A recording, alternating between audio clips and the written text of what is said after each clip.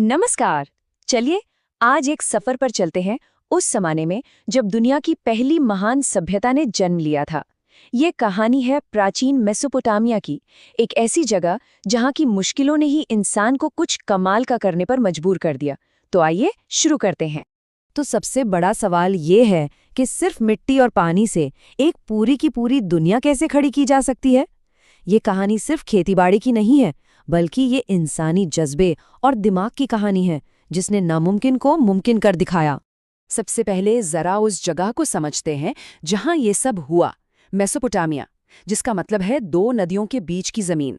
ये जगह बड़ी अजीब थी, मतलब एक ही सिक्के के दो पहलुओं जैसी। एक तरफ तो ये बहुत कुछ देती थी, पर दूसरी तरफ उतनी ही बेरहम भी थी। देखिए, यहाँ दो नदियां थीं, टाइग्रिस और यूफ्रेट्स।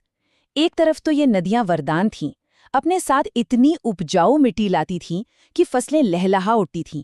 लेकिन दूसरी तरफ यही नदियां एक बहुत बड़ा अभिशाप भी थीं। इनमें कब, कैसे और कितनी भयानक बाढ़ आ जाए कोई नहीं जानता था। ये एक ऐसा खतरा था जो हमेशा सर पर मंडराता रहता था।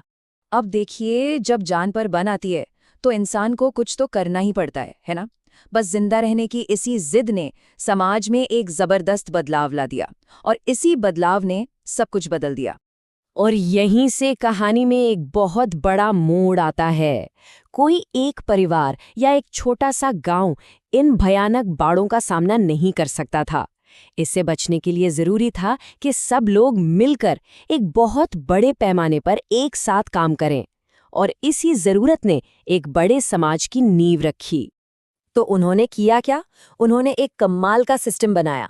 पहले तो हजारों लोगों को एक साथ काम करने के लिए ऑर्गेनाइज किया। फिर इन लोगों ने मिलकर नहरों का एक पूरा जाल बिछा दिया ताकि नदी के पानी को कंट्रोल किया जा सके। और नतीजा ये हुआ कि खेती में इतनी पैदावार हुई जितनी जरूरत भी नहीं थी। इसे ही हम कहते हैं कृषि अधिशेष। अब जब पानी काबू में आ गया और खाना जरूरत से ज्यादा होने लगा, तो इसने इतिहास का रुख ही मोड़ दिया, और यहीं से शुरू हुआ दुनिया के पहले शहरों का दौर। एक बहुत बड़े आर्कियोलॉजिस्ट थे, वी गॉर्डन चाइल्ड। उन्होंने इस बदलाव को एक नाम दिया, शहरी क्रांति। उनका कहना था कि ये जो एक्स्ट्रा खाना था ना, यही वो चीज थी जिसने लोगों को एक जगह टिककर रहने और खेती के अलावा दूसरे काम करने का मौका दिया। तो एक गांव और शहर में फर्क क्या था? देखिए, शहर बहुत घनी आबादी वाले थे, ज्यादा कॉम्प्लेक्स थे। पहली बार ऐसा हुआ कि समाज में ऐसे लोग आए जिन्हें अपना खाना खुद उगाने की जरूरत नहीं थी, जैसे कारीगर, पुजारी, बड़े बड़े अधिकारी।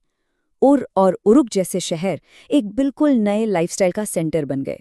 और हर शहर के दिल में, उसके बीचों बीच एक विशाल ढांचा खड़ा होता था जिसे कहते थे जिगुरात। ये सिर्फ कोई मंदिर नहीं था, बल्कि ये शहर का इकोनॉमिक और एडमिनिस्ट्रेटिव हब था। सारा अनाज यहीं जमा होता था और यहीं से सारे बड़े फैसले लिए जाते थे। अच्छा, शहर तो बन गए, लेकिन अब नई परेशानियां सामने खड़ी थीं। हजारों लोगों को, इतने सारे सामान को और व्यापार को मैनेज कैसे किया जाए? इन प्रॉब्लम्स ने नए आविष्कारों को जन्म दिया। तो इस प्रॉब्लम का सल्यूशन क्या था? इसका सल्यूशन था लिखना। जी हाँ, दुनिया की पहली राइटिंग सिस्टम, जिसे हम क्यूनिफॉर्म कहते हैं। ये एक तरह से उस जमाने की स्प्रेडशीट थी। इसका इस्तेमाल अनाज, जानवरों और हर तरह के लेन देन का हिसाब किताब रखने के लिए होता था।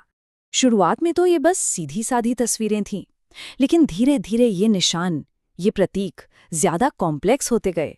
और ये सिर्फ हिसाब किताब नहीं था, ये तो इतिहास का जन्म था। अब कानून, कहानियां और इतिहास, सब कुछ हमेशा के लिए सहेजा जा सकता था।